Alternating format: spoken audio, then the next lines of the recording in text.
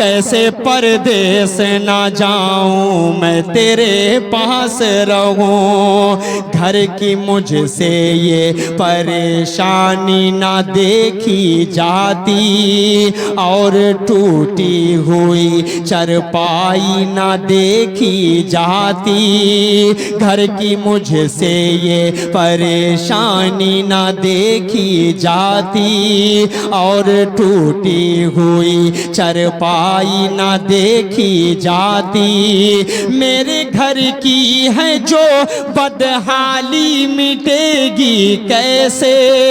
हम सफर लब पे तेरे लाली सजेगी कैसे। कर्ज सालों का अदा जाऊं मेरी कैसे होगा। मैं ना जाऊंगा जो परदेस तो फिर क्या होगा। कैसे परदेस ना जाऊं मैं तेरे पास रहूं। कैसे शायर को आपके हुजूर पेश कर दूंगा। चूंकि नाजुक वक्त है, बहुत ज्यादा गुफ्तगू नहीं करनी है। अब थोड़ा सा देखिए आपका माहौल जो है, जिस शायर को मैं इस वक्त आपके हुजूर पेश करने जा रहा हूं, वो नाम आएगा, आपके चेहरों पर मुस्कुराहटें खिल जाएंगी। अब आप समझ गए होंगे वो नाम किसी और का नहीं बल्कि हमारे मुशायरों में, हमारे मुशायरों की जरूरत बन चुका। हमारे मुशायरों में जिसकी जरूरत बारहा हजरात गिरामी आपकी जरूरत है, वो नाम भाई असद आजमी साहब का है।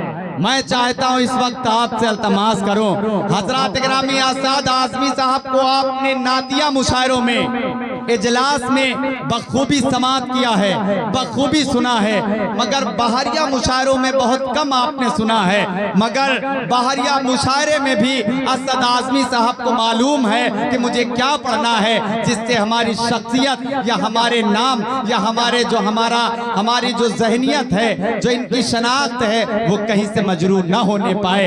ये बखूबी अंदाजा रखते हैं और अपने कलाम का इंतखाब भी करेंगे। जिनकी शायरी में जहां हजरात गिरामी हमारे बाप की माँ की अजमत शफकतें होंगी, वहीं हमारे माशरे की सलाह भी जिनकी शायरी में नजर आएगी। सिर्फ 4 मिसरे पढ़ूंगा, मोहन मुंतजिर साहब के 4 मिसरे और आपके महबूब शायर जनाब असद आजमी आपके हुजूर के बाबूजी से बेहतर कोई यार नहीं हो सकता है।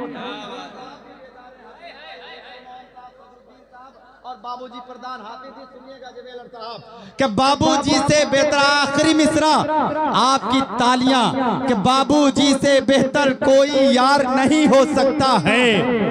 भाई बहन से बढ़कर रिश्तेदार नहीं हो सकता है, और माँ से बढ़कर इस दुनिया में केवल माँ ही होती है। अरे माँ से बढ़कर एक लड़की का प्यार नहीं हो सकता है, माँ से बढ़कर एक लड़की का प्यार नहीं हो सकता है। ये मिसरे इसलिए पढ़े क्योंकि आप समझ गए होंगे इसी अंदाज, इसी शायरी की तशबीह आपको असद आजमी साहब की ज़बानी नजर आएगी। आपकी जोरदार तालियां मोहतरम असद आजमी। पिघलता नहीं है। नौजवानों इस शेर की अब आप सब हिफाजत कीजिएगा कि भरोसा करूं कैसे, भरोसा करूं कैसे, चाहत पे तेरी नहीं झूठ कहने की आदत है मेरी। भरोसा करूं कैसे, चाहत पे तेरी नहीं झूठ कहने की आदत है मेरी। मेरे दिल को कैसे संभालोगे पागल, दुपट्टा तो तुमसे संभलता नहीं है। मेरे दिल को कैसे संभालोगे पागल, दुपट्टा तो तुमसे संभलता नहीं है। बहुत शुक्रिया।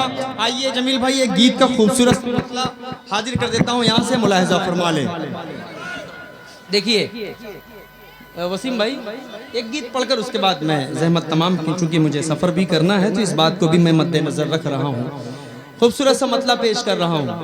मेरे पास तो एक ऐसी नज़्म थी कि एक एक शख्स रोने लगता, दाद देना भूल जाता, लेकिन उस नज़्म को यहाँ मैं पढ़कर बाद में फिर आऊँगा तो इंशाल्लाह ज़रूर सुनाऊँगा। मैं चाह रहा हूँ कि एक खूबसूरत सी नज़्म पढ़ दूँ, परदेसियों के दर्द को बयान करता हूँ। बहुत ज़माने से आप सुनते आ रहे होंगे कि तुम मुझे छोड़ के मत जाओ, मेरे पास रहो। बहुत ज़माने से सुनते आ रहे होंगे। 2 महीने 3 महीने शौहर का चेहरा अच्छा लगता है, उसके बाद जब शौहर के पास पैसे नहीं होते ना तो वही बीवी लात मारकर भगा देती है। पहले पैसे कमा कर आना, तब आपके घर के अंदर एंट्री होगी, वरना आपकी कोई यहाँ पर गुंजाइश नहीं है। ये सच्चाई है। नौजवानों, आप सब सऊदी और दुबई जाते हैं, बहुत सारे मेरे भाई जाते हैं, उनके सामने मजबूरियां होती हैं। किसी को शौक नहीं होता अपने घर को छोड़कर बाहर सफर करने का। मतलब यहाँ से पेश कर रहा हूँ, सज्जाद भाई मौजूद हैं, अगर मैंने कुछ अच्छा सा शेर कह दिया हो तो शरीक हो जाइएगा। हाजिर करता हूँ यहाँ से, मतलब सुने।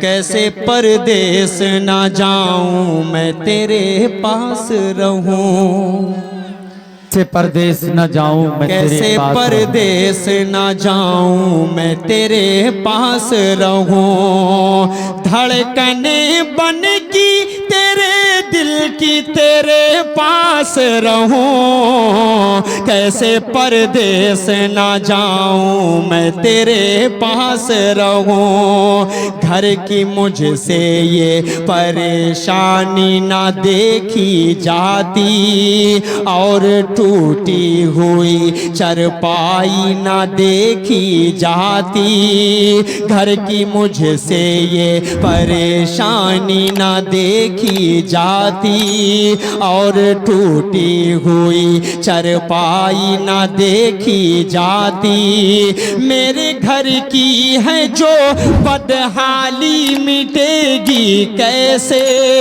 हम सफर लब पे तेरे लाली सजेगी कैसे।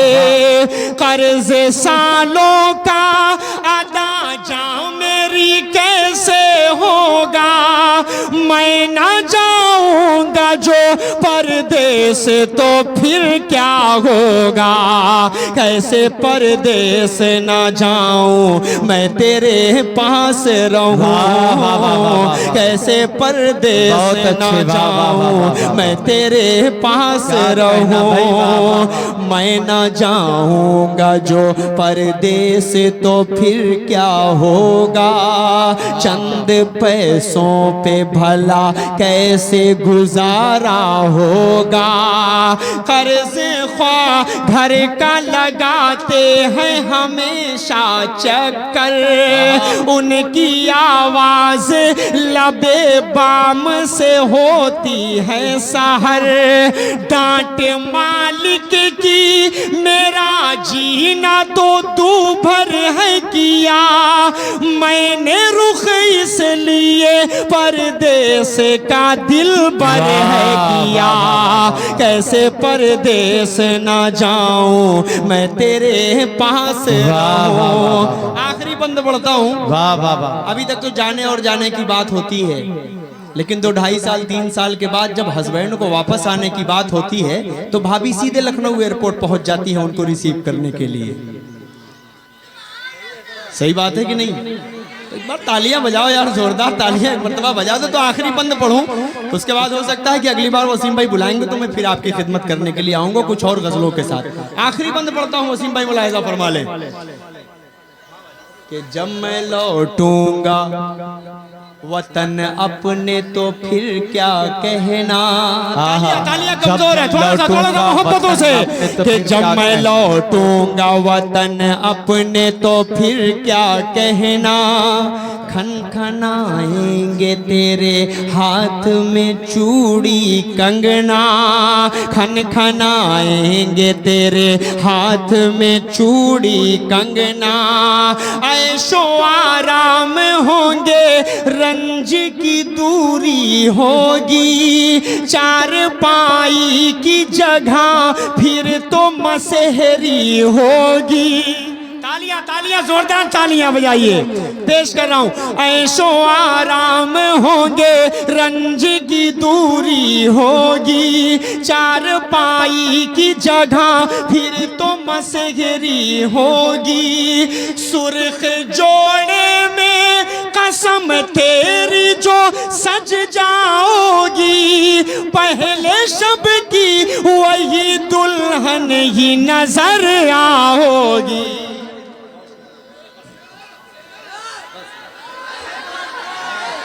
बहुत शुक्रिया हजरात। देखिए आपके हुक्म की तामील